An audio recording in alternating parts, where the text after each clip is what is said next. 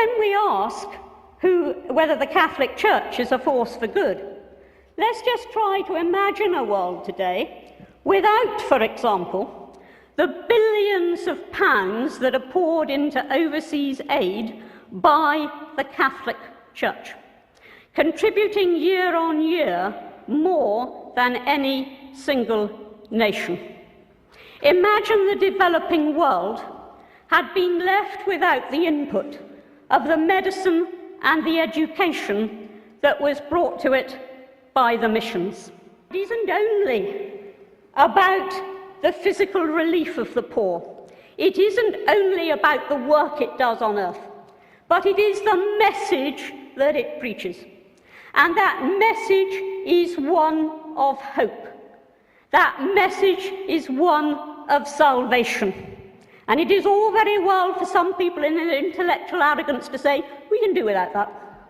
But actually, billions of people across the world live by that message of hope and of salvation.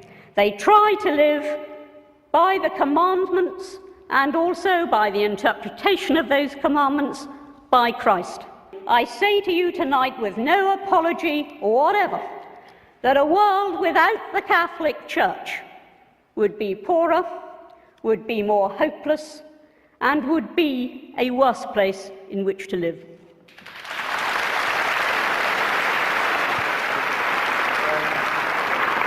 Bishop, ladies and gentlemen, there are occasions, as Gwendolen remarked, in The Importance of Being Earnest, when it becomes more than a moral duty to speak one's mind, it becomes a pleasure. And I want to read you some of the words of Ratzinger, the current Pope. Staggers me to admit that he is the head of state of a country. Incidentally, Anne Widdecombe said, "We didn't have the power of a nation state." Yes, you do. You are a nation state. Yes, I wrote it down. You mentioned that. You are a nation state. And it is no accident that the UN Cairo Population Conference, when they were trying to do something about the world's population spinning out of control, Vatican City, as a nation state represented at that conference, made a joint statement with the Islamic countries of the world, notably the most extreme Islamic countries of the world, led by Saudi Arabia, and it began, "On behalf of the revealed religions of the world, ... And what it did was essentially hobble and veto any possibility of women's sexual freedom in the world, because as we know, the Islamic religion and the Catholic Church have never been anything other than implacably opposed to women's choice in their own bodies and their destinies.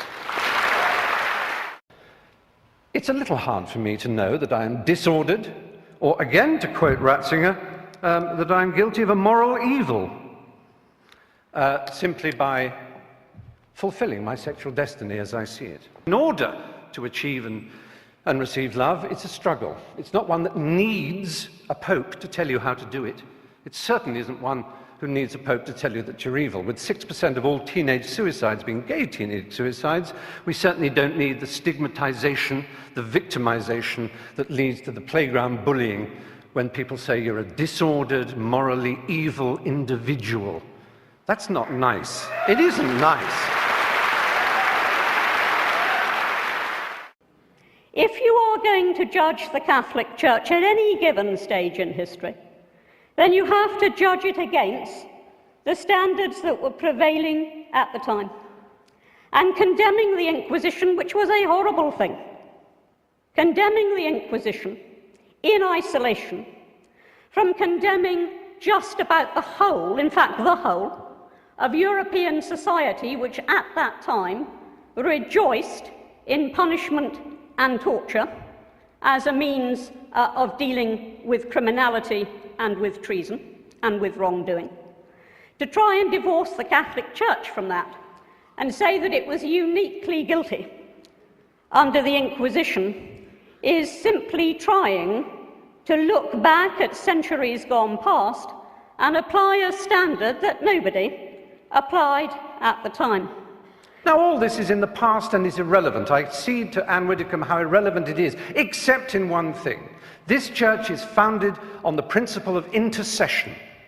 Only through the apostolic succession, only through the laying on of hands from this Galilean carpenter, whom we can all admire, only from the laying on of hands to his apostles, to St. Peter, to the other bishops, all the way down to everyone consecrated in this room. Anyone ordained here will know they have this extraordinary power to change the molecules of wine into blood, literally, to change the molecules of paste bread into flesh, literally, and to forgive the sins of the peasants and the poor whom they routinely exploit around the planet. Only this church has this extraordinary principle that it is through these male priests, and only male priests, that this is given. It is a doctrinal fact. It is more than a doctrinal fact, it is a dogma. Extra ecclesiam nulla salus. Outside the church, there is no salvation. And Widdecombe, one specific question to you. Why not women priests in the Catholic Church? Well, no, the specific question was, why is it not all right for a woman to be a priest, but it is for a woman to be an MP? That was the specific question. All right. And I have to say to you, I mean, that really does betray a vast ignorance. A member of Parliament, male or female, does not stand in persona Christi at the point of consecration. The church is not about careers. The church is about vocations and about theology. Do you know who would be the last person ever to be accepted as a prince of the church? The Galilean carpenter, that Jew. They would kick him out before he tried to cross the threshold. He would be so ill at ease in the church. That simple and remarkable man, if he said the things that he was said to have said, what would he think? What would he think of St. Peter's? What would he think of the wealth and the power and the self-justification and the wheedling apologies? Limbo. It seems so tedious and so silly. One of those little casuistic games that Thomists and others play. Aquinas and Augustine of Hippo both proposed this extraordinary idea that babies who were unbaptized would not know heaven.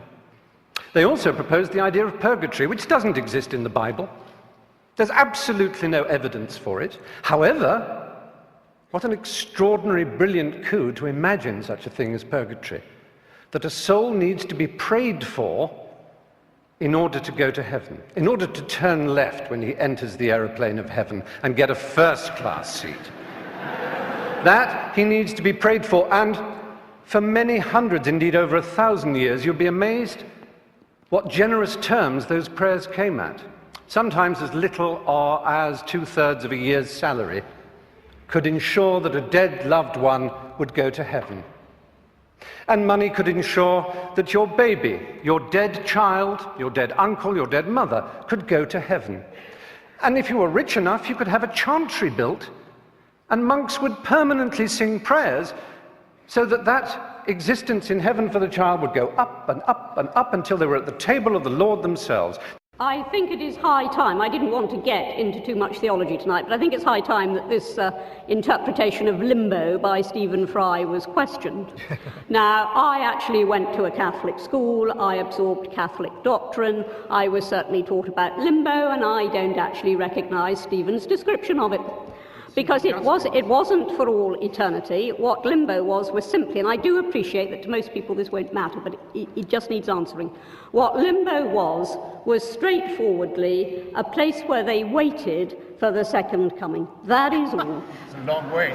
Long wait, yeah, long wait. We must remember, as the point that was made, is that the church is very loose on moral evils, because although they try to accuse people like me who believe in the empiricism and the Enlightenment of somehow what they call moral relativism, as if it's some appalling sin, where what it actually means is thought, they, for example, thought that slavery was perfectly fine. So did all society. Absolutely okay, and then they didn't. They thought until the year 2000 that a baby went to limbo, causing unbelievable distress to parents whose child died. Okay. Unbelievable distress. And then, with a wave of the hand and a stamp of a seal, it was no longer true. Something that had been eternally, or at least true for 2,000 years, suddenly wasn't. Because the truth is complicated, it's hard. And what is the point of the Catholic Church if it says, oh, well, we couldn't know better because nobody else did? Then what are you for? Okay.